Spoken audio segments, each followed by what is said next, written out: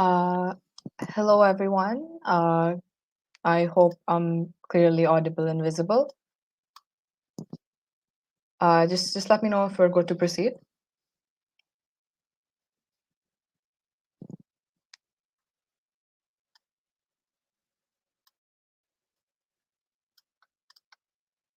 All right, perfect. Uh, all right. Thank you, guys. Thank you. Hello, everyone. So, hi to everyone who made it here. Thank you so much for taking our time to join us here. We are still hopeful that a couple of people will be joining eventually. So, I'll just take a moment to formally have you guys here. Welcome to the orientations for the training committee for this academic year. I am Parul Rath. I am one of the chief coordinators of the training committee, and over the course of hopefully the next hour, we'll be talking about what essentially is the training committee, what you can expect from the training committee, and we'll definitely be taking up questions. We understand that this idea is a little novice to most of you, and that is why we'll be taking up questions. We'll be taking up questions right towards the ending. So in that particular situation, you can always drop your questions in the comment section. We'll be picking out comments then. If you have questions in between the session, you can still add them in, but we'll be taking them towards the ending because we don't want to disrupt the flow. That being said, I think we will begin. We I hope everything is going all right. Yeah. So right, I think the first and foremost question that many people from your batch probably have is what is the training committee? So the training committee is not something that's a recent introduction in this year. This concept existed prior to like 1 year ago almost, but unfortunately due to COVID things were very chaotic and we couldn't continue with the idea. So we're reintroducing it this year, hoping it'll help all of you. The whole point of the training committee is to essentially help prepare you for placements. We understand that that is a big tension, as you would will, that is coming up for all of you people that are going to your final years. If you're opting for placements, so we think that as a training committee, we're better held like suited to guide you and help you because all of us have been through the same process. We also understand what are the company specific processes and what are the exact requirements from being a student of this particular institute. So that is why we wanted to make all this help and all these resources accessible to all the students. Hence, that's why the training committee has been formed. We're really hopeful that you guys can utilize it as well, and that we can also give you exactly what you want in terms of your preparation so that you can succeed and get your dream job offers, right?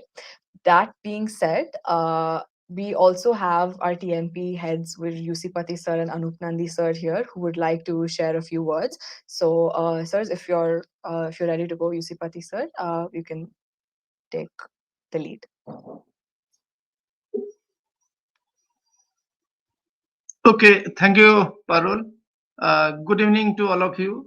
It's a pleasure to talk to you directly, and it would have been more nice if we could have meet in the training and placement center. Only because of pandemic, we are not doing that.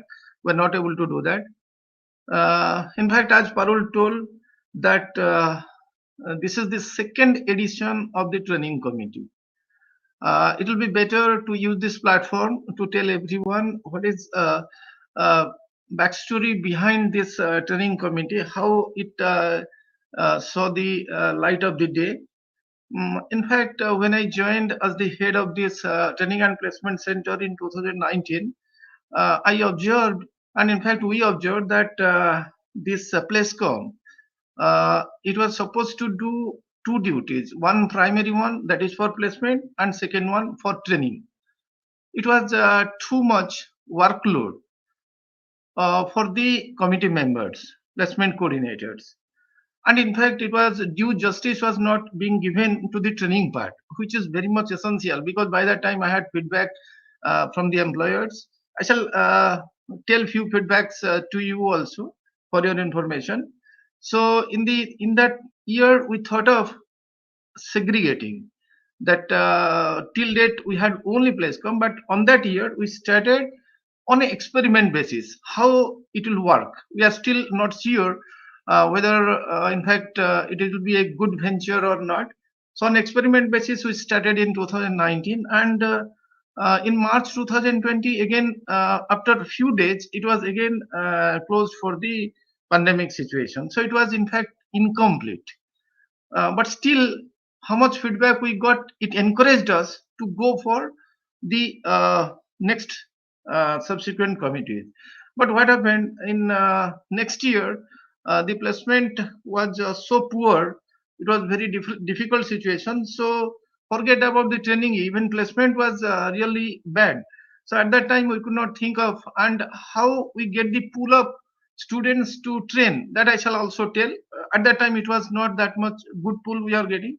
So in fact we could not do that. But later on, I had a few questions through Monday morning that what is the future of training committee. So then I realized that what the venture we have thought of, it is really working and students are asking for it. And now in this year, that now it is in front of you only. The selection process is really tough in these cases, like PlaceCom. How we choose students, those who can represent the training and placement center to train yourselves, those who are placed in very good companies, those who have proved their credentials earlier, then only we get it. And uh, in the first edition, there were a limited number of students those who are interested. It was good to see that many of the students came forward for this honorary job, because there is, as you know, there is no remuneration. So I have seen their passion. Individually, we have talked with each student, those who have applied to be part of training committee, and not only as far as this their ability is concerned, but also I was surprised to say their interest, because in addition to the academic load, they are interested to take additional load for their juniors. That is good to see. And which generally sector, which generally the dimensions they are supposed to address. By the way, let me tell that what is generally the feedbacks of employers. Positive feedbacks, it is needless to say, but negative feedbacks, yes. In fact, negative feedback increases the stability of a system. So mainly 2 points I have seen there. Mainly, most of the time they are hinting at, and it is not good to listen to them from also about the NIT students, that lack of basic concepts, fundamentals. So they generally tell that these current terms which is there in the market, they are very much familiar, but the basic fundamentals they are seeking for, they are lacking all these things. Then the next one is the communication skills. So those are the two major negative points which we have listened, particularly I have listened from the employers. Need to be removed those things. And as I told at the head of the training and placement center, it is really a displeasure, uncomfortable situation to hear that even if irrespective of CG, these points we should not listen. So, and in fact, let me tell, it is irrespective of branches. So, as I told, we have 23 coordinators this time, and as I told, they are very good in this front, and we'll be in the loop. In fact, whenever you feel that something is supposed to be done, you can give me a call, or you can use my mail ID also. And I need to tell that you must make best use of this facility. With the limited experience which we had with the students in the 2019, I have seen that there are a little bit of lack of response. So we have to push them to come over to improve their skills. Why we should do that? Because this is your interest, this is your life, your career.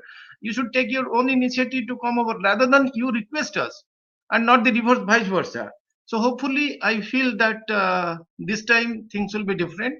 And I'm looking at this current scenario, I'm pretty sure that this training committee is going to play a vital role as far as the placement is concerned in the years to come, not only for this year, in years to come. So I conclude this, and last but not the least, best of luck for your academic venture next year particularly. Thank you very much. Thank you all. Thank you so much, sir. We would now like to call Anup Nandi, sir, to share a few words with us as well. Okay, so good evening to all of you. So thanks, Parul, for inviting us in this wonderful session. So I think so. You guys have organized a very good framework to interact with these people. As the our head Professor UC Bhuti sir already pointed out, so we are trying to give the best effort from our TNP section so that the maximum student can be benefited to learn so many things from the students who already got placed in very good companies from these different disciplines like this from the core companies and from the other companies also. And this initiative was stopped for last year due to COVID, as already pointed out. But this time we have selected, I mean, total 23 students, I think, for this training committee. And so they will monitor us and they will just manage and they will see how the things should be improved for the betterment of the students' career also. And also so we'll be in touch and with all of you. So if you feel any type of questions or any type of difficulties that you're facing, so you feel free to contact me or this our head so that we'll be happy to comply all the answers. Okay. So I wish all the best to all of you, and I wish that all the training committee will uh, invest their maximum time so that these maximum students from undergraduates, postgraduates, and also these PhD students, so all the students can be benefited from this training committee. Thank you so much.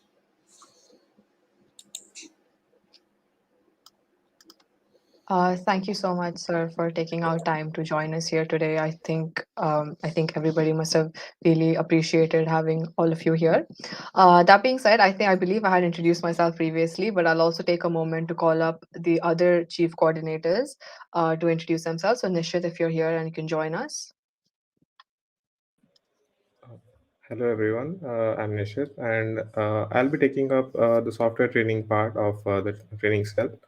And it's good to have you all. We have 600 plus participants, and I hope we can do justice to the position that we have been bestowed upon. Ruturaj, would you like to speak?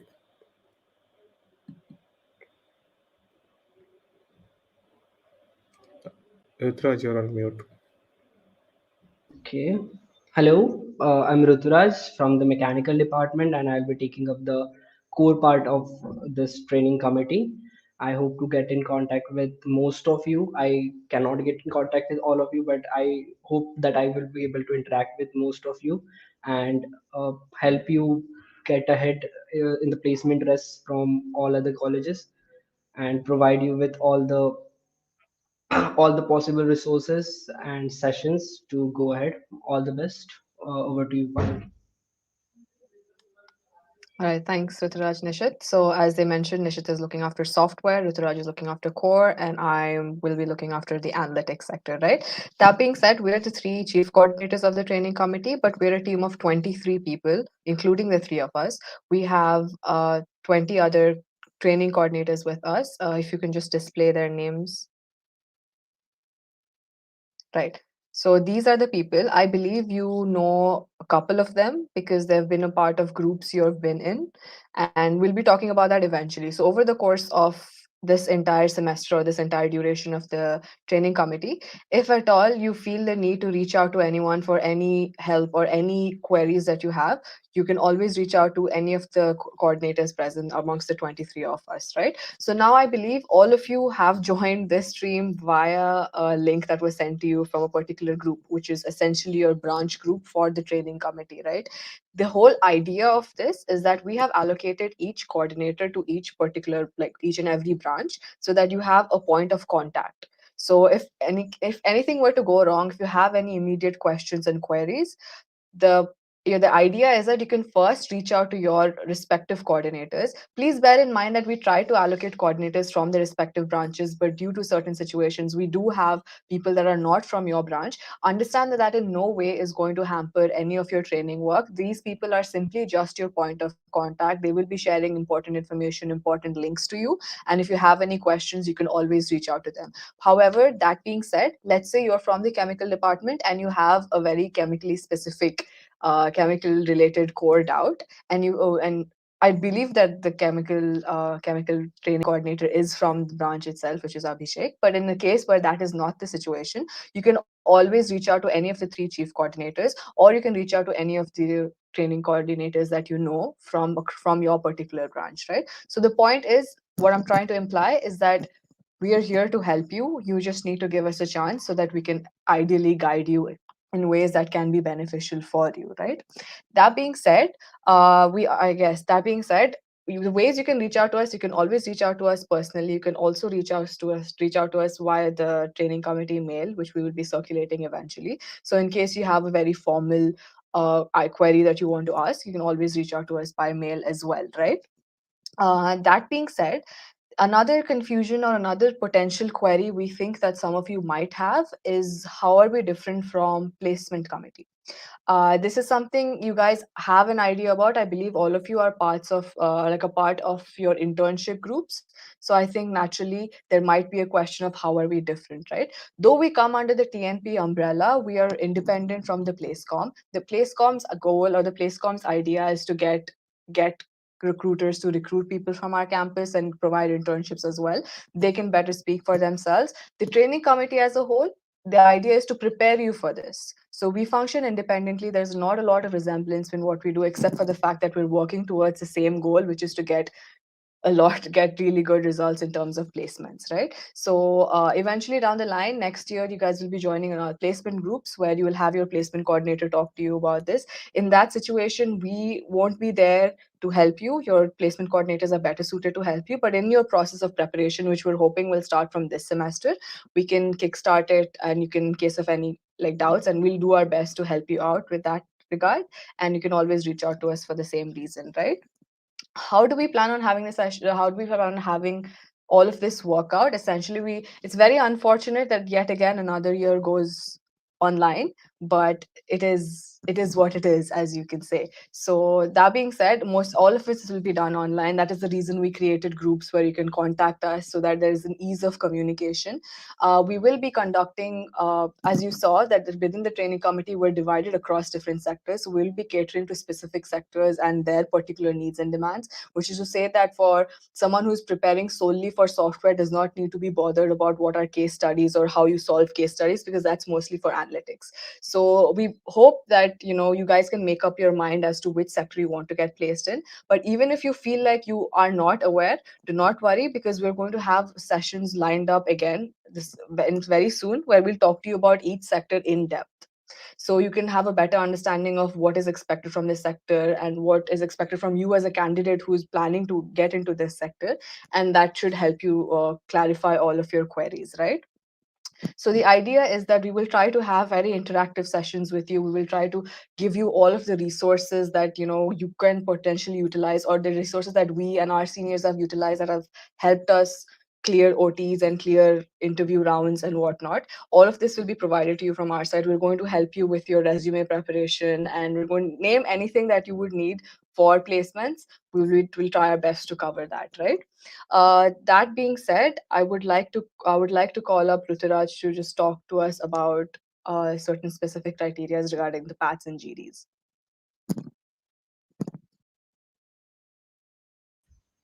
Hello, I hope I'm audible. Yeah. So first of all, I would like before I move to PATs and GDs, I would like to talk about this comment section. Uh, all of you are in pre-final year. Some of you are also in MTech first year, or some of you are on fourth year. I hope you understand the importance of placements in your career, and going forward, how important it will be to have good training and to sit in the good companies. And looking at the comment section, I don't really think most of you are even serious about it. uh, just be a little respectful. We serve to help you, but we don't serve it at your discretion. So don't be in the shell that we will be helping you anyhow. It is you who have to help yourself, and we will be just providing the resources. So moving forward, let's talk about the placement eligibility test, the PATs. There will be two PATs. You will have to clear one of them, and it's compulsory to clear one of them.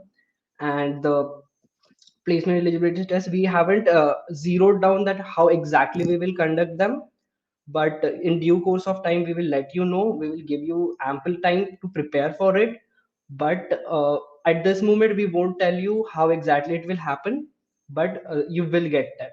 Yes, it will be online test. For now we are not going to call you to the campus and make you give tests here, but I hope that you won't cheat, because next year maybe placements will be offline, and in that case it will be better if you don't cheat in the placement eligibility test.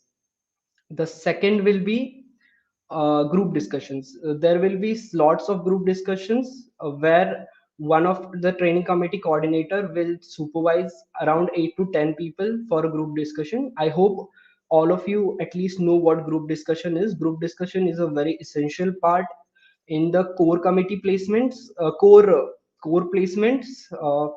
Maybe in analytics it's not that much important in uh, software, but we are not going to conduct mock interviews with everyone, because we have 1700 registrations and 23 of us are is it's not simply just feasible to go and have one-on-one interaction and take mock interviews for everyone. So we hope that using this group discussion as a tool, uh, group discussion as a tool, most of you will get an idea that how exactly you need to speak, how exactly you need to put forward your ideas. And we at least plan to conduct two GDs for each of you, but we don't know because it's too late. We have just over 3 months for this. So we will try to conduct two GDs for each of you, and you will have to get a satisfactory grade in at least one of them. But I'm not guaranteeing anything. Apart from that, there will be some sessions, alumni talks, and we will have some uh, sessions by final year students who are placed in some of the very good companies. Uh, for the feasibility of placements, we have divided placements into three parts. First is software, second is analytics and consulting, and third is core. And so we will be presenting, giving you a brief idea about it today. There will be sessions about each sector in the core and analytics and software after this. After today, we will let you know when it will be, but today we'll give a brief idea of each sector. So let's start from software. Soumya and Ishan will start. Will give you an idea about what software is. Thank you, guys. Hey, hi everybody. Just let me know if I am audible and visible also. Yeah, okay. So my name is Ishan, and I am from EC final year, and I am currently placed at Oracle. So today I and Soumya would be giving you an overview of about the software sector. Right. Well, software is just to consider software is just a set of programs or instructions, but it still plays a very critical role in almost all parts of our life. Right. Let it be the Swiggy application that you use to order food, or the system application that lets you control the fan speed on your laptop, or the MS Team app that you use to attend your classes. Nothing can be driven without a good software, right? So if you correspond this to the variety and diversity that is present in the software that is available to you, that the apps that are you using, you can have an idea how diverse and how immensely big the software industry is, right? So software industry is so big and provides so many opportunities to you guys. And according to a recent survey, software industry all worldwide has crossed a record revenue of $600 billion this year. So it is no point in justifying more how big a software industry is, right? But the important point to consider here is how instead of that it is big, no doubt. It is always very daunting to get into such a big industry, but it is also goes dramatic transformations from time to time. Like, let's understand this with an example. So Let's take the example of internet, right? In 1980s, internet started with web 1.0, that is termed as web 1.0. That was basically used to share information through static websites. But in the early 2000s, Web 2.0 came up with helped us to interact each other through the internet. Now, in this year or like in the past 5 years, with the emergence of the blockchain technology, Web 3.0 is all we can talk about, right? Which helps us to get the ownership of our own data and privacy. So, as you can see, over the period of only 40 years, the internet has been revolutionized more than three times, approximately only three times. So, the point I want to make is that the innovations and change in technology keep on happening. So, companies are obviously looking for workforce who are updated with these technologies, uh, and are keen to learn more. They are also looking for workforce that are willing to maintain their systems that are already in place, right? So, with such innovations and new frameworks coming each day, software is always on the rise. Or like software sector is always on the rise, and there is no saturation in the opportunities that are present in the software sector. So, and there is with such diversity in the software that is present today, there always comes with a diversity in the roles that are present, right? So there are roles related to full stack engineers and mobile applications engineer that are very generic. You need to learn very so much to get into that streams. But there are also specialized roles such as DevOps engineer or a cloud specialist or a data scientist, right? So this diversification also helps you to pin down a point of interest. Maybe you want to contribute to distributed computing, so you can look into that. Maybe you are more familiar with MS, so you can look into that. So there are many ways to get into the software sector. And according to a recent survey with McKinsey Global, it is projected that by 2025, India's software industry will produce more 30 million software jobs in due to the growth of the digital economy that India is currently on. Right. So you can just consider that and think that the opportunities provided by the software sector is absolutely unparalleled. Right. Now, coming to my second point, like what are the ideal characteristics that a software developer or a software engineer should have, right?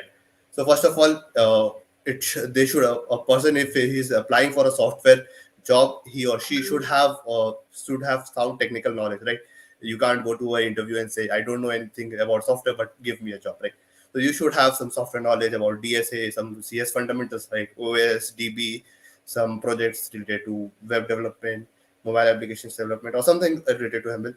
You can, if you don't have that now and still want to grow in software or build a career in software, it's never too late. You can start today, right? So that is the first thing. Now, the second thing is that adaptability and your ability to learn, right? In Microsoft, this is very important. They say it as growth mindset, right? So this growth mindset term means that you need to open your mind. You need to open your mind to the opportunity of learning, right? So there is, as I said, that software market is transforming every few years, right? So if the technologies are transforming, you will have to keep updated with the set of technologies. Your team wouldn't be working on a particular technology throughout your career, right? So and you may also be shifted to other teams. Right? So there is no fixed technology that if you study this technology and this would build your career from the ground up. That is nothing. So you have to keep yourself updated. So that is why adaptability, and the ability to learn plays a very huge part in software software engineer's profile. And companies often look for this through the profile, through the CVs also, and they try to dig in deep that does this candidate match with the growth mindset part, right? Uh, uh, so in my interviews also, in my HR interviews, people of the interviewer often asked me about this, how what would you do if you are faced with such situations, whether you would do with a new technology or you would with your technology, so the simple answer is that the technology which solves the problem the best way is the answer, right? So you have to be open to learn the best technology that solves the problem. It's simple as that. Coming to the next point, well, there is so much action that a software engineers has to do in his day to day life, right? So there are meetings, there are deadlines. So you need to manage all this. You need to be a pro in time management. Literally, you need to be a pro in time management. And if you are somebody who procrastinates regularly or try to set off your daily targets, then it would be difficult to get into the software market, because this is a basic characteristics that you need to get on some deadlines, and you to match those deadlines also, right? So time management is the absolute must, and there are various techniques that also help you with this, like that there are Pomodoro techniques. If you can follow a weekly timetable or a weekly routine, that also helps to build up this time management techniques. And you can follow a number of things to improve on this, right? And then comes strong communication skills, right? If you are a software engineer, don't think that your only responsibility is to code and give the software to the client. If you're not able to present the software, if you are not able to teach others to use the software, then there is absolutely no use of that. Because as a software engineer, you would be coding, or you would be using your programming skills to solve a particular problems that impact the lives of hundreds and billions of people, right? So if you are not vocably that sound, so it's no point in doing all the utna mehnat, I would say, utna effort in the software market, right? So if you are still interested in the software, just try to develop your communication skills as well as your software skills parallelly, right? Now, the last thing that dominates all of this is that if you don't have all this that I mentioned, right, it doesn't mean that you cannot get into the software market. These are all the things that can be learned over time, and you have ample time for that. Also, you have sufficient times. The fourth year is starting in 3 months. 3 months is somewhat less, but it's okay. If you haven't started yet and you still want to get into the software market, the one thing that matters the most is that your interest and your obsession with technology. If you are somebody who wants to get into the software market and you are very keen to learn the new technologies, like how does cloud work, how is Windows operating system different from Linux, then absolutely you should give it a try for the software sector. Well, saying that, these were the qualities that ideal software engineer should have, and there may be many more, and it also depends to company, but this was the basic gist of the software sector. Now I would like to call Soumya and carry the overview forward. Thanks, Ishan. Can you confirm if I'm audible? Yeah, Soumya, go ahead. Yeah, so taking forward this discussion, I would like to talk about what you guys should focus on if you're aiming for a job in the software sector. Um, while it is a very open ended discussion, and many people have different opinions and notions as to how they can go about exploring this field, there still exists a set list of areas which most of the big tech companies focus on while hiring for these roles. To start with, I would like to highlight the importance of data structure and algorithms in interviews like these. So, data structures and algorithms are the identity of a good software developer, basically. And the interviews for technical roles in some of the tech giants like Google, Facebook, Amazon, Flipkart, etc., are more focused on measuring the knowledge of data structures and algorithms of the candidates. The main reason behind this is data structures and algorithms improve the problem solving ability of a candidate to a great extent. Here at the training committee, we are focusing on providing you guys with the best resources available, which we came across during our preparation, and make you well versed with the skills required to ace these interviews. Having been at your place a year back, we understand the pressure you guys feel when it comes to preparation strategy. Hence, we are trying our best to help you out and guide you through the process. Coming back to our discussion on what one should focus on, I really can't stress enough on how much importance DSA holds while it comes to take interviews. But apart from DSA, CS fundamentals play an equally important role. When I say CS fundamentals, I mean major computer science subjects like database management system, operating systems, computer networks, and object oriented programming. Tech interviews basically are a mix of coding rounds and some level of discussion where the interviewer tries to understand your level of understanding of these subjects, which I mentioned earlier. So, having your concepts clear is a must do before sitting for these interviews. There are more subjects, but usually all the interviews revolve around the ones which I mentioned. There are ample resources available online which you can bring to your use to brush up on these concepts. Other than these things, another major aspect are your projects and internships. So, a good amount of time of your interview might revolve around the interviewer asking you about your personal projects, and the internships you did before. Companies majorly ask interview candidates for personal software projects because they want to find out how passionate you are about programming. Because someone who really feels strongly about their craft will always want to create something beyond what they do professionally, right? So, personal projects not only help you through the interviews, but I think they are a really good way to practice, to experiment, and keep up with with the new technologies. So, if you're interested in software development, having a few projects of your own is always a plus. So, this was mostly a recap of what all is necessary in order for you to land a job in this sector. During this semester, we will be conducting more workshops to give you guys a closer look on what's needed and how you can best use your time preparing for the upcoming placement season. While we are on the topic of how one can prepare and land a job in this sector, let me briefly tell you about what future scope these job profiles hold. So, with lots of new technologies coming, there is a lot of potential in this sector. But talking about general career paths which people choose, so majorly people who are really interested in tech like to stay in the technical part of the companies, whereas few opt for leadership roles. There is absolutely no definite way of telling what's best for you, but this is something you will eventually understand after you enter the industry.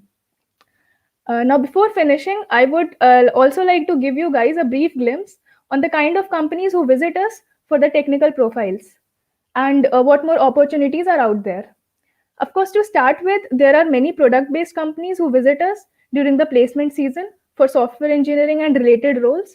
But apart from them, there are financial firms, healthcare firms, some service based companies who also hire for these roles. One doubt which has always been in students' mind is that do these companies only hire from computer science branches? Well, yes, some of them are restricted to CS students only, but there are many more out there who are open to all and will let you sit through their process. And it is basically up to you how much you make out of that opportunity. So, since I just forgot to introduce myself, I am a final year student from chemical engineering and I'm currently placed at Google. So, this was a brief introduction of the software sector. And now I'd like to call Ruturaj to carry on the discussion.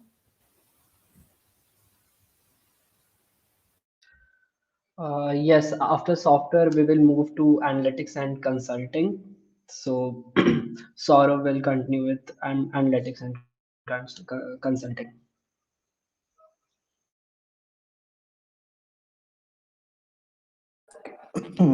Okay, am I audible? Okay, guys, am I audible? Could you just someone tell me that?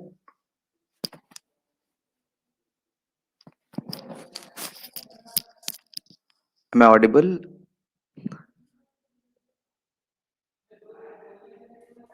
Yes, go ahead, please.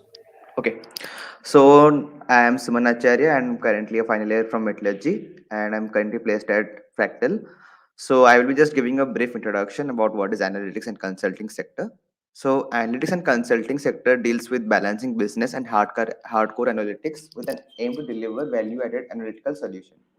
This sector primarily constitutes a professional services firm that uses data to drive business of their clients by providing them with solution for their business development.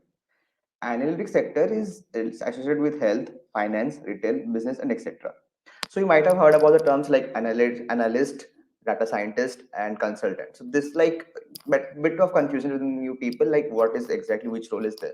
So let me explain you by taking an example. So let's take an example that there's assume that a company XYZ ABC is an analytics company, and they're having a client XYZ. So the client has come to the firm with a business problem along with the huge pile of data. So now the work is divided among the analyst, consultant, and data scientist. So now the consultant here is the client. So the consultant work here is to face the client, as in they will understand what is the problem, business problem they have. They'll break the problem into different small units and they'll try to solve it. The analyst work will be to pre-process the data, like the data they have got, they will be pre-processing the data, they will be cleaning the data, they will be clearing out the anomalies in the data. So they will be preparing the data for an advanced modeling process. Now, the work of the data scientist here is that they will be taking the data from the data analyst and will be making models using statistics so that they will pick up a machine learning model for a particular problem. Now, after this is done, the analyst will be taking the solution from the data scientist and will be drawing a final solution. And this solution will be provided by the solution will to the client will be provided by the consultant. So consultant is kind of a role in which is mostly client facing, and you have to do a lot of presentation and interaction with the client. Analyst role is kind of in between, like you will be having a bit of tech work as well as you will be bit of like communication will be there. And data scientist role is majorly the one in which they entirely focusing on the modeling and more statistics work. You can also, in brief knowledge, you can say that the consultant work and the analyst work is mostly oriented towards management, and the data scientist work is mostly oriented towards like masters in statistics and those things. Now, let me explain you like what is the difference between working as an analyst or like in the analytics sector and the other sectors. So for the core sector, you can understand that you will be mostly working in a plant or like you will be using the concept that you have been taught in the entire 4 years. And the companies that will be visiting for core sectors will be brand specific. Like if the company's requirement is metallurgy, then it will be hiring from metallurgy. If its requirement is ceramic, it will hire from ceramic. Its requirement chemical, so similarly it will go on. And for the software part, like although companies do open for a lot of branches, but a lot of high paying companies open mostly for sectoral branches. Okay, there are this time there are some good companies that have opened for all. So I hope that you can expect a lot of more companies, high paying companies to open for you people as well. But a lot of majority of the companies open for sectoral people. So that is one thing.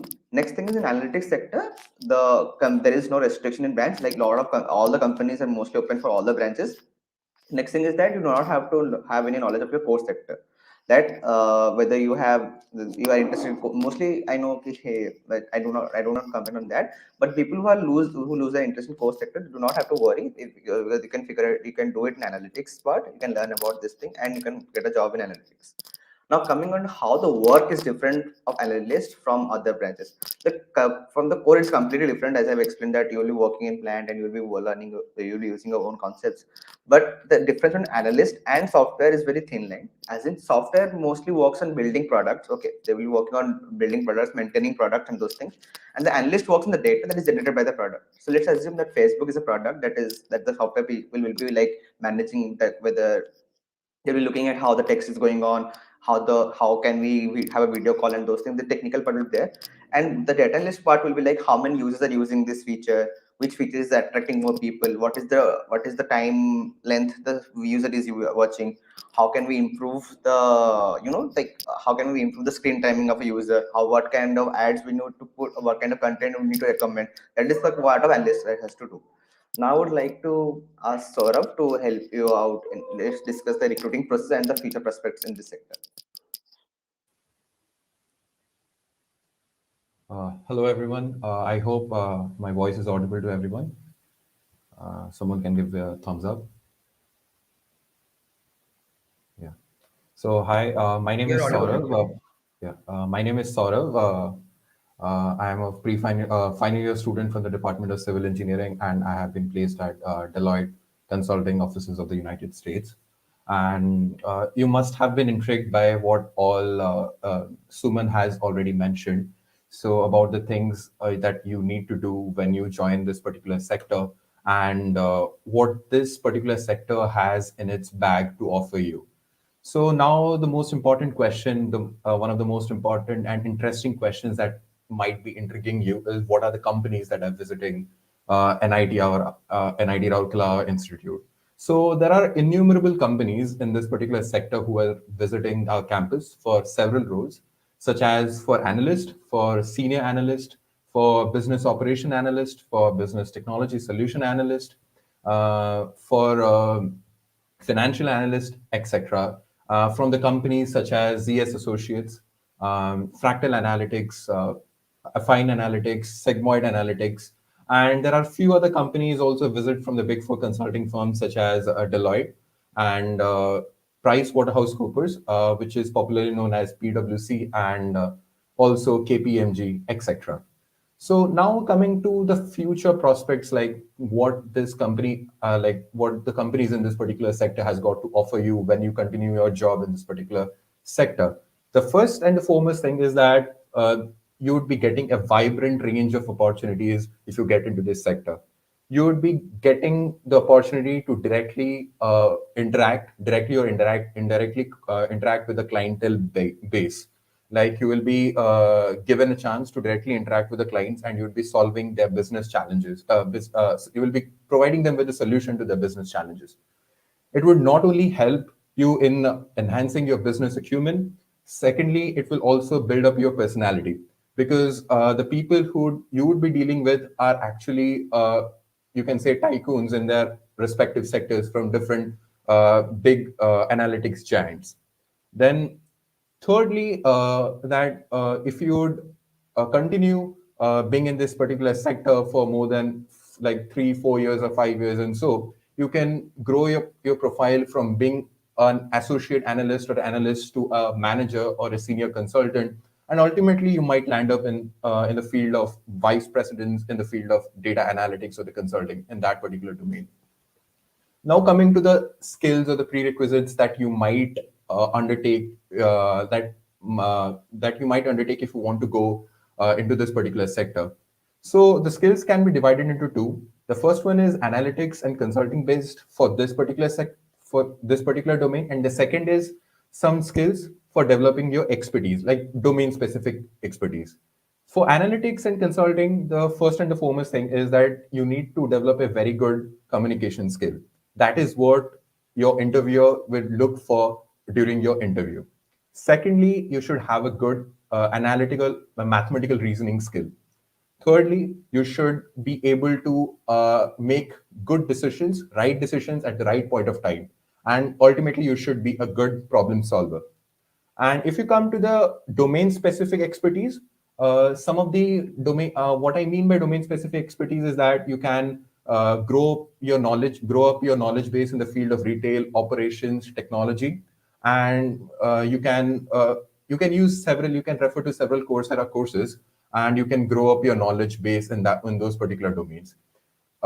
If you ask me that whether the interviewer specifically asks for this type of questions related to that domain, they don't.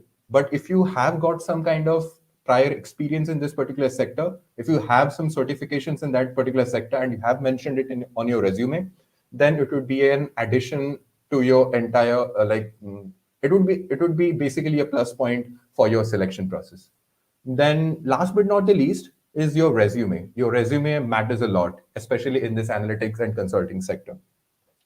In your resume, they would definitely seek for your projects that that you would have completed over the past 4 or 5 years of your engineering, or over your course that you are pursuing. And you should be bold. You should be strong enough to justify your project and what was your contribution, how significant it was in like your contribution in that particular project.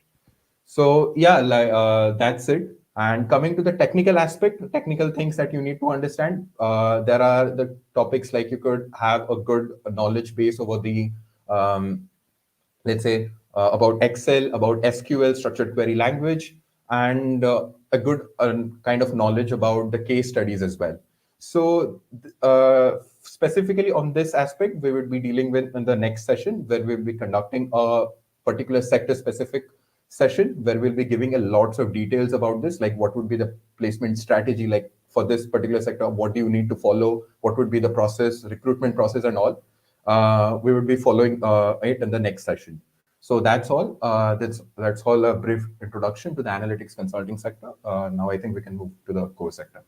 Thank you, everyone.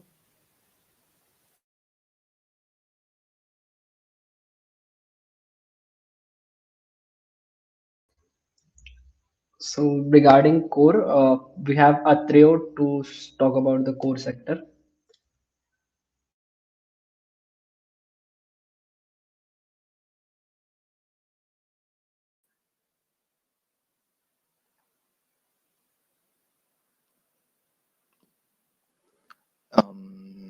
Anybody, Ishan, Rudraj?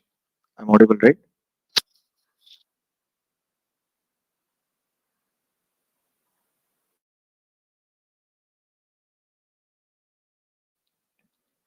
Okay, so my friends started already. They told you about the software and analyst and consulting.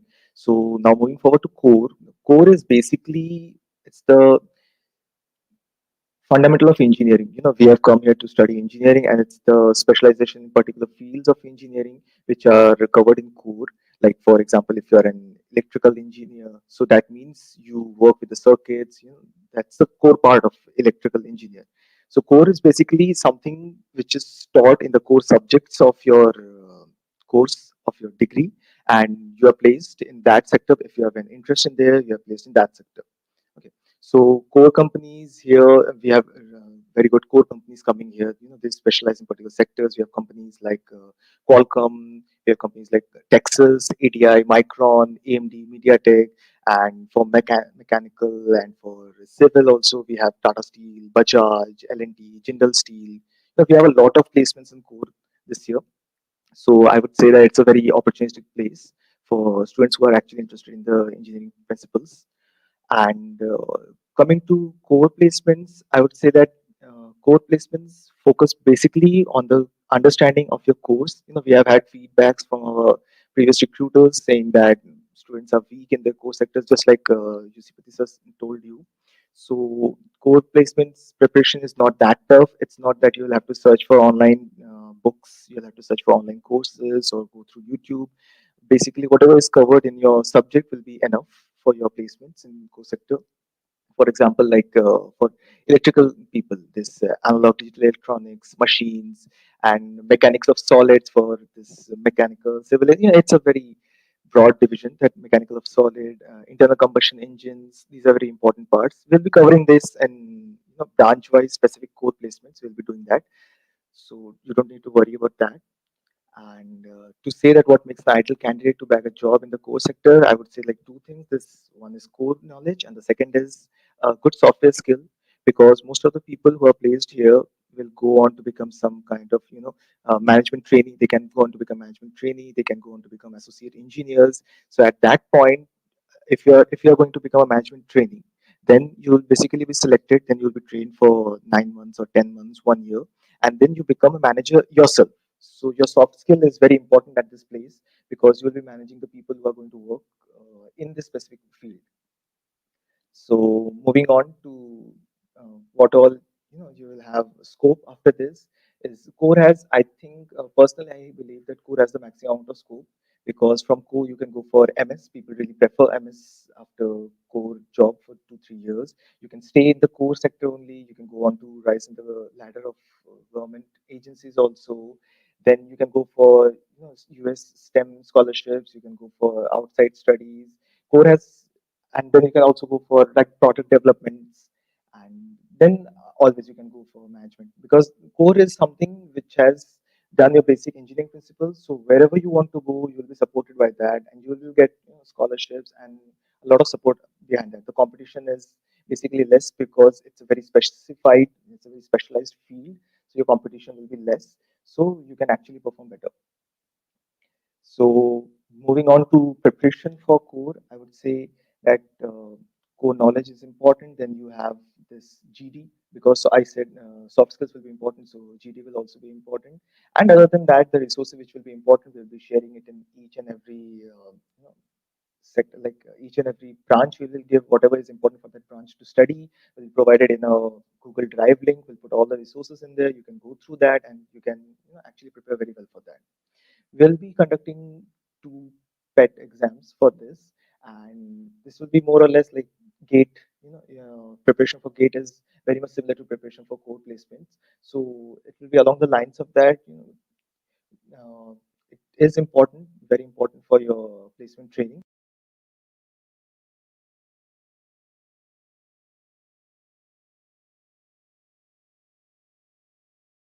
Okay, I think. Okay. So other than that, I would like to say that core is not that difficult if you just focus on your preparation. You just focus on your whatever is taught in the classroom in the online semester. I know it's really tough to do that, but if you just focus on that, it's very easy because we are taught a pretty good curriculum following the IT Bombay standards. So it's not that difficult as coding for a lot of time. It won't take that much of your time, and it will be pretty easy. So I'll give the mic back to Rudraj or Nishit, who will be taking this after me. Thank you. Yeah, hello. I think there was some problem with mic in between, but I will just get a give you a brief over what he talk about the core. But most importantly, we keep this core part very concise because we don't think like there are so many branches in our college, and everyone will have a different requirement in their branch for core. So there was no point in taking it all together and mashing it up. So it's better you attend the branch specific core talks. In that on those sessions you will get a lot better idea about core.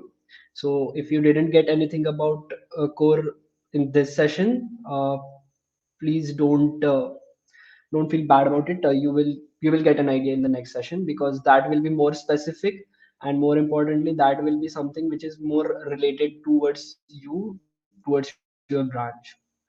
So okay, Parul, I think we should start with the question answer sessions now, right? Right. Guys, now is If your you have time when you can, yeah, if you have questions, just put them in the comment section. We have noticed that there have been a lot of unnecessary comments which we've chosen to not do anything about today. But please bear in mind that if this happens in the future, we have the capability to take actions however we please. So just again, I'll put a disclaimer. The whole point of the training committee is for you to get the help you would require. My batch did not have the training committee, and we understand its importance. So we're hoping that you take initiative from your side and do not take this for granted, because if that is what it gets down to, there's only so much we can do to help you. That being said, you guys can start off with questions. There was one question that said, someone had pointed out, if I don't have an internship, will that be a problem for placements or something along those lines?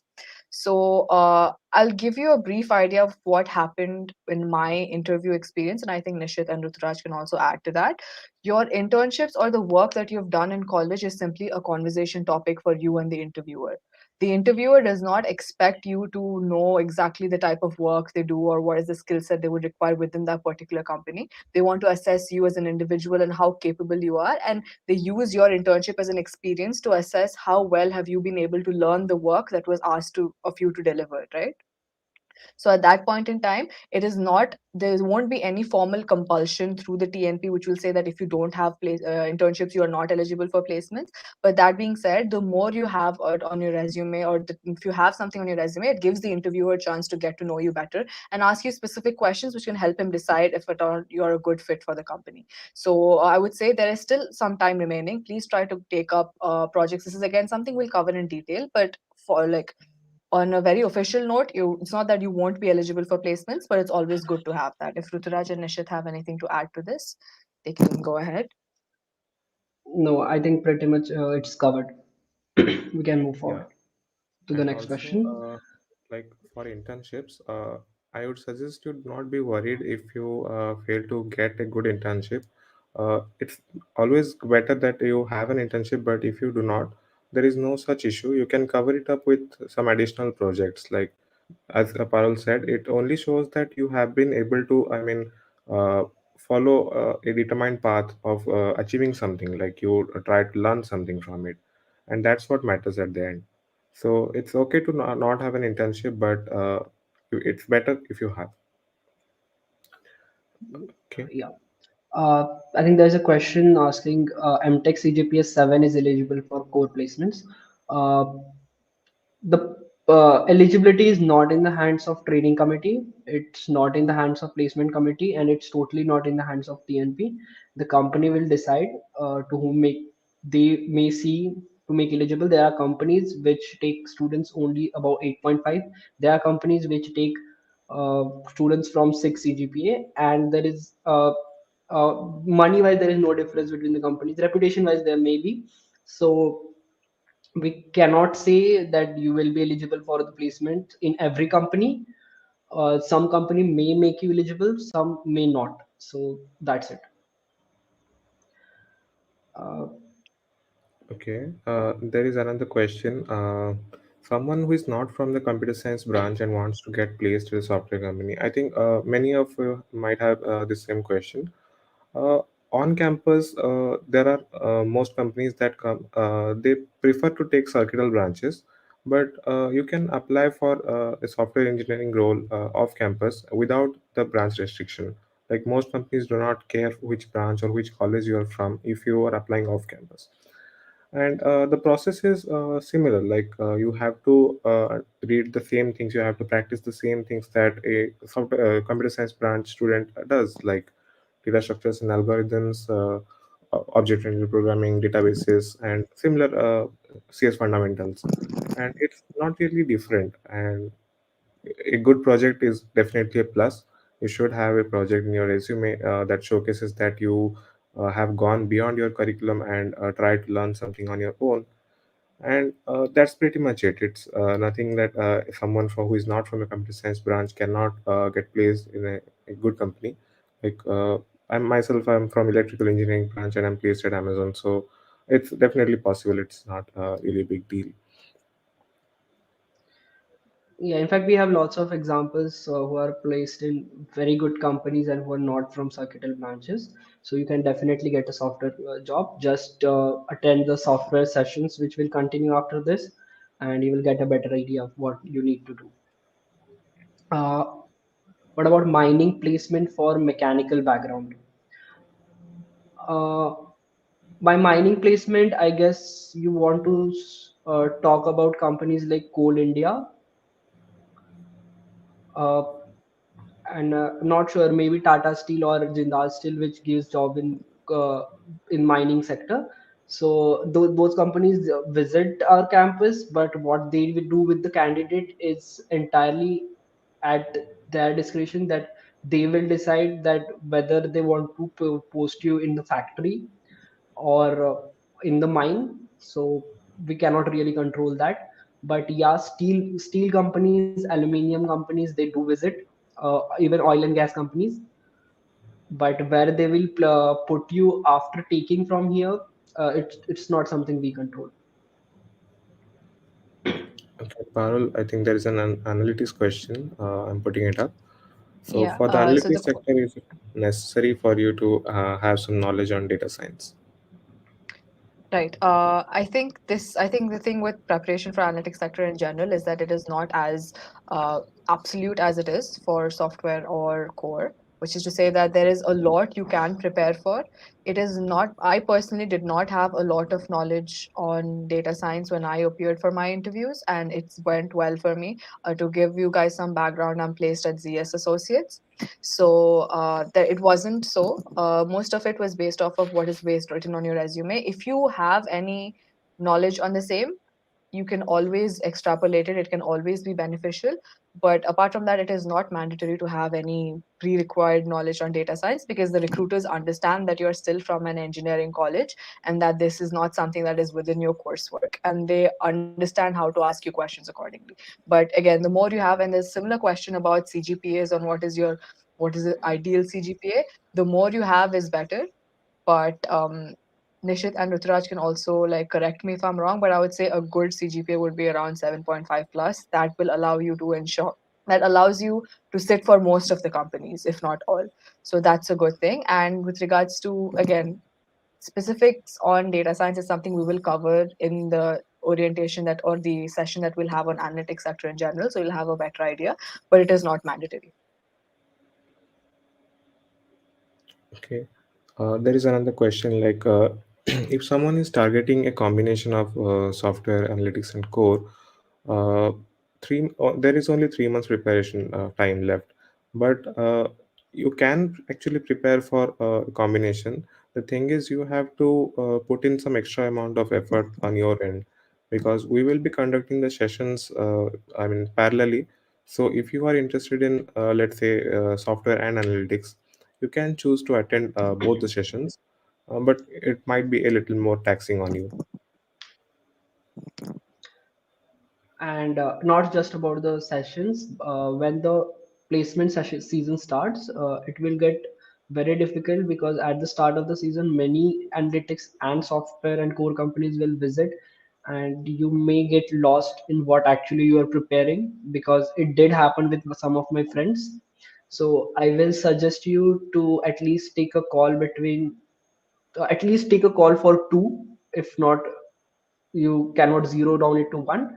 At least have two in mind. Don't go for all three. That's my personal suggestion. But if you still want to try, you can definitely do that.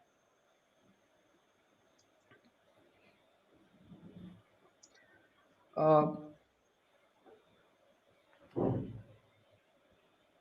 we will share a Google Drive link with you all. There will be folders made in it, and we will keep up and it will be non-exhaustive. We will keep uploading, updating it, so it's your job to keep looking into it. And I think Parul and Nishit can add better on this. Yeah, as you said, we will be having sector-wise folders, and all these folders will be populated with resources, and the link will be shared in your groups, so you need not worry about that. Also, since everything is online, we can also have the sessions recorded, and the recordings can be shared with you guys.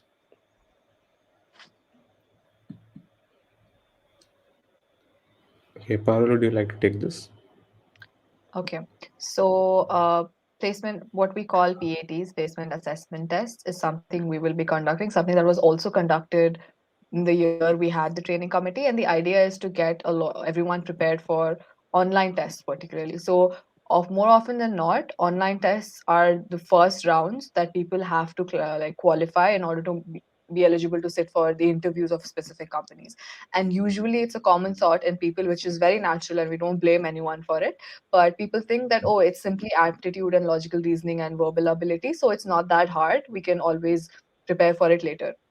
That is actually where it comes biting a lot of people back, because usually if that is the mindset you go into with, you will struggle in clearing online tests. So that is why we want to introduce placement assessment tests, which is also called PATs, and it is compulsory for everyone to attend. Further details will be given to you, but the idea is to not neglect your online tests just thinking about how to answer interview questions. Your preparation has to be holistic, and I believe the training committee can help you with that.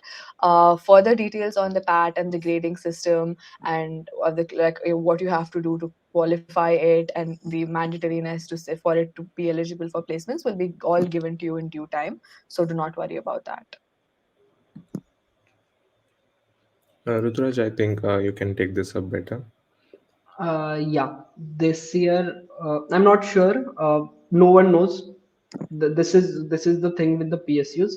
No one knows. No one knows till the day they actually come. Even the day before, you ask your placement committee coordinator or the secretary or anyone, even they don't know even the day before. So it's totally up to them, up their requirement, the market, and all those things. So we can't really say. Maybe three PSUs will come next year, maybe none will come. Okay, I would like to take up this one. Is Yeah. preparation necessary after for getting a PPO? So PPO is basically a pre-placement offer that you get in your internship, owing to your own performance. So for getting a PPO, you definitely need to first get an internship, and then I mean, sorry for the noise. Yeah. Uh, After getting an internship, you need to work hard and make sure that your work is noticed by your seniors, like your managers and your super managers. And it completely depends on your effort and their judgment of your work. So I don't think we can say that only by preparing you can get a PPO. But yeah, do try your best for it. And if you're getting a PPO, that's really great. I also want to add on to this, which is to say that if you means in like preparation in terms of further rounds to actually get the PPO, that is not the trend in most of the companies. But I believe companies like Microsoft take interviews of their interns towards the end to judge if they're deemed fit to get full-time employment opportunities. So it is again dependent on your company. I think once you start your internship, you will be made very well aware of what it is like. So it is company specific, and I don't think we can answer that. So once you start your internship, you'll be better suited to know. I would like to add here, it's better to talk to a senior who actually did the internship in the company which you are going. So he will definitely give a better idea, because we don't know which company you're talking about, and every company have a different criteria for this.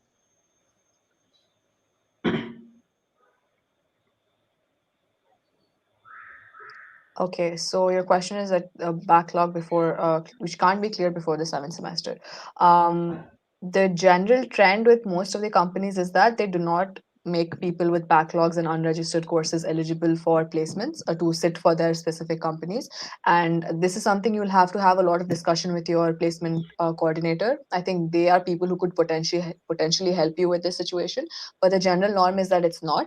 But however, there are companies, there's yes associates that allowed one unregistered or one backlog course. I can't recall very right, but there is a certain case. So usually, once you have your groups, your placement groups, your placement coordinator will send you all the details that is necessary. They'll give you the CTC, they'll give you job role, and what are certain criterias you need to fulfill. So based off of that, you are better suited to take a decision. But the general norm is that if you have a backlog, it can get a little difficult, but do talk to your placement coordinator once you get your placement coordinator for the next session, and see if there's anything that can be done about it.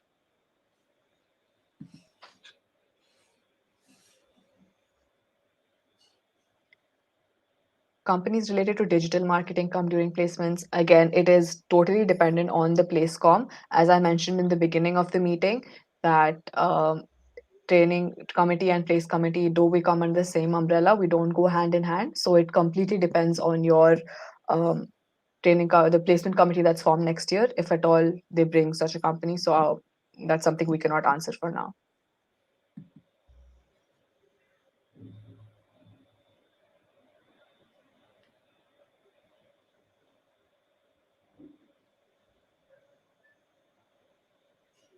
Right. So with regards to core VLSI jobs, we do have a member in the training committee who is actually very interested in this Yes, line and has yes. been placed.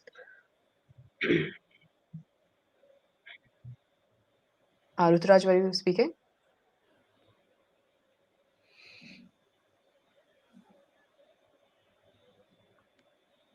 No, no, no. I was actually agreeing with you. Just there is a member in our training committee who is placed in a VLSI job. So we will be sharing materials regarding that. And I think the electronics core session will soon be there, the next week probably. So you will get a better idea there. And if you ask more questions in this, you will definitely get better answers there.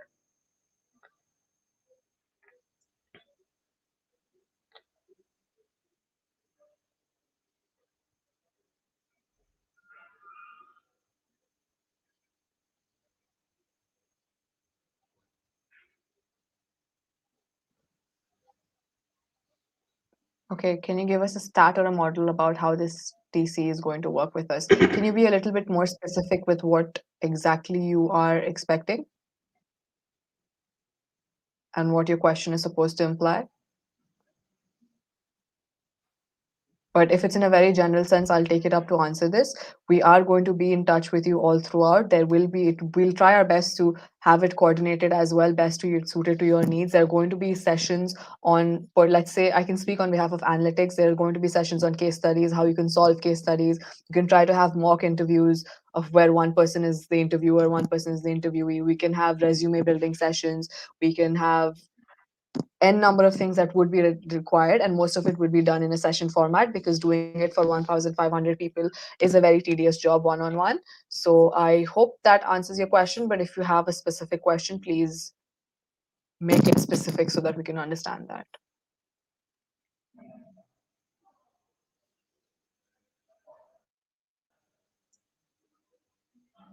I mean, what kind will the gap in education matters during placements? Uh, what kind of gap we are actually speaking about here? Because if it's a gap year after 12th, I guess there are very few companies which don't allow that, but most of the companies are fine with it. And if there is a gap year after 12th, is some job due to different reason, as long as I think you are able to justify it to the interviewer and to the if you have justified it in the college, it's fine.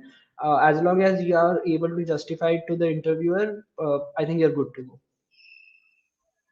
Ruturaj, I think Prem Kumar also mentioned that this gap is between BTech and MTech.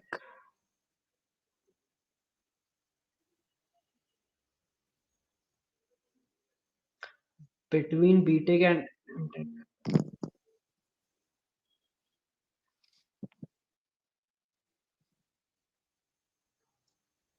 no, I don't think that will matter.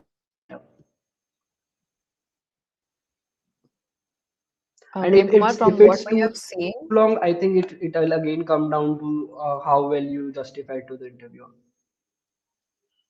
also I wanted to add, from what we've seen, this has not happened. But again, as I said, your training committee, your placement coordinators will give you all relevant information, so that should be fine.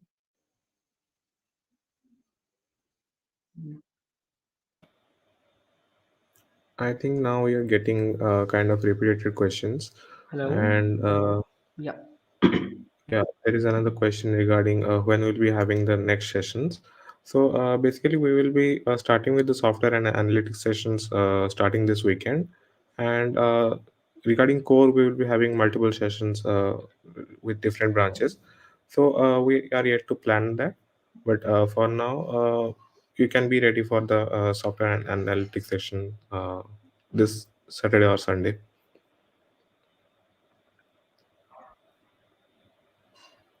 And I guess more or less the same questions are coming up. And regarding the other questions which require a little bit in-depth understanding of a particular sector, we can take those questions in sector-wise orientations. And if there is anything in general regarding the training committee or anything regarding placement aptitude tests or anything like that, you can just ask it right away, or else we may end the meeting. I think there is a question about what kind of projects can we add this newsroom. Yeah. Okay. Yeah, the kind of project, like, are you asking for the any particular industry, or is it in general? And one more thing, I think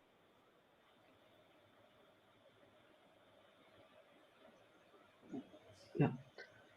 There are lots of comments about how is the placement in this branch or that branch, and what's the placement scenario.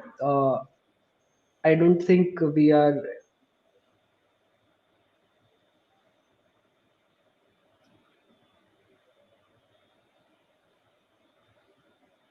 Uh, okay.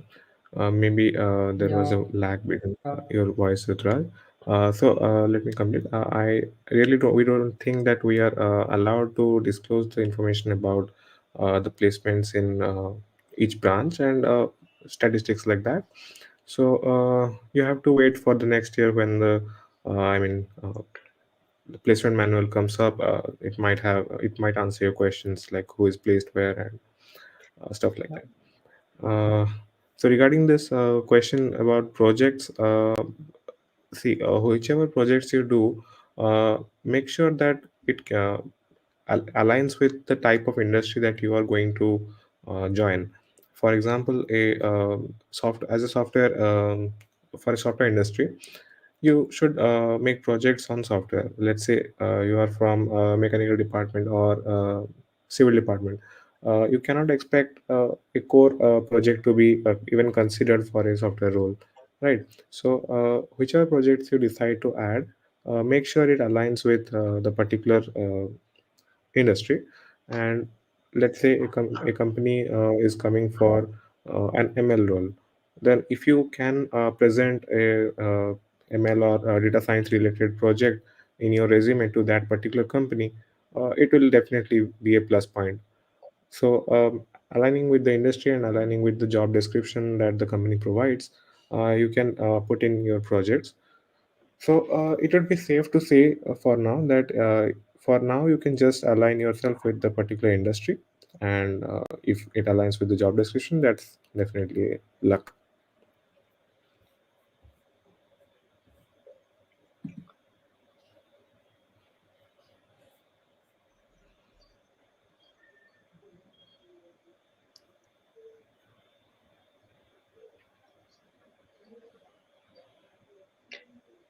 There's a question that says from which month companies will start visiting. So this depends on when your BASECOM is formed. I believe the PC intern process is going on currently. Once that's done and once they're functional, you can expect it to start, at least for my batch. What happened, it started before the semester began. And the semester started a little late. It was delayed due to the online mode. So you can start, so you can be mentally prepared to start as soon as your next semester starts, your seventh semester to be particular for all BTech students. Another question on chances of offline placements next year. I wish I knew. I wish I could answer this for you, but it is entirely dependent on the COVID scenario and the scenario that the college decides to proceed with. But we can't really say as of now because it is risky. Yeah, I just wish I knew the answer to this. I don't. I'm so sorry. But I would suggest that be prepared for both, and it's much more difficult in the offline mode. So at least be prepared for that. That in case you have to come and do things from here, then at least you should be prepared for this. Another question is about Coursera certificates. The certificates won't really matter, the Coursera ones especially, as long as you have the skills and you can justify those skills to the interviewer. Only putting the certificates on your resume is not enough. So if you somehow display your skills, only then that's the kind of certificate they are looking for, not the online certificates, because we both know that getting a Coursera certificate is not difficult at all. All you need to do is pass some tests, and that too you can pass it them very easily.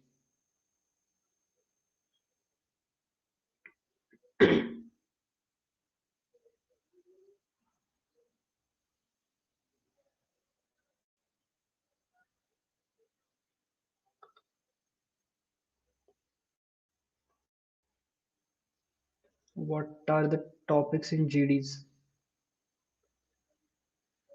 The topics are general. There's no particular book from which they give topics. The topics can come from anywhere and anything.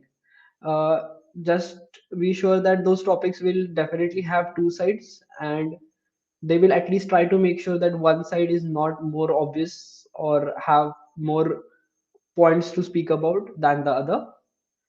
So those kinds of topics will come in GD.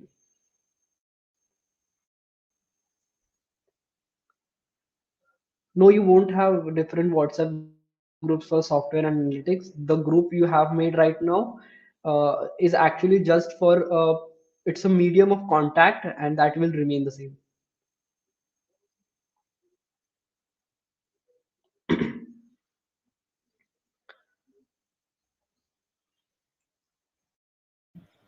Okay, there are some questions like how is the software role of one company different from another? I think it's better if we take those in the software session. Like we planned the session for 1 hour. It's already 1 hour 30 minutes approximately. So we can discuss more in detail about each sector and how the roles of different sectors vary in sector specific meets. Uh, so do you guys want to take up some more questions or should we wrap it up?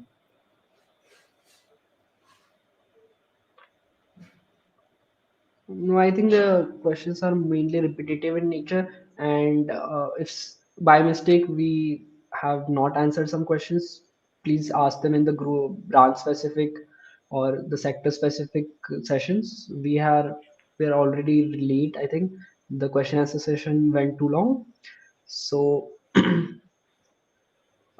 yeah, and again, we may have sessions on the YouTube, but be sure that at least next time you don't come with comments like "Chalo dukaan band karte hain." So Which certificate is required for software jobs? Let's talk about that in the software. So thank you. I think that will be it. It was nice having a big audience, and Parul and Nishit can continue.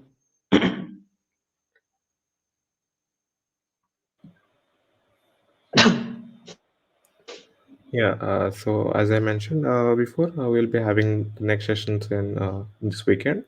And there was another question regarding the WhatsApp groups for different sectors. No, we won't be having sector-specific WhatsApp groups because WhatsApp has a limit of 256 participants only. So it's better we will be posting all the information regarding all the sectors in your brand specific groups, and you can join the sessions that you feel like. But make sure you do attend the PATs and the GDs because those will be mandatory in nature for you. The sessions are completely up to you. You can choose whichever sessions you want to join, and I guess that's it. Parul, would you like to add anything? No, I think you've covered it all. Thank you so much for joining in. If at all you feel like some genuine queries of yours have not been able to be answered here, please do reach out to your brand specific coordinators. You have groups, you can text them in the groups. If you feel like that's not enough to answer your questions, you can always reach out to us. And we really hope you take this as seriously and you see this as a chance to help, to see this as a chance to better prepare yourself for placements. So thank you so much. Have a good night, and we will see you soon, hopefully.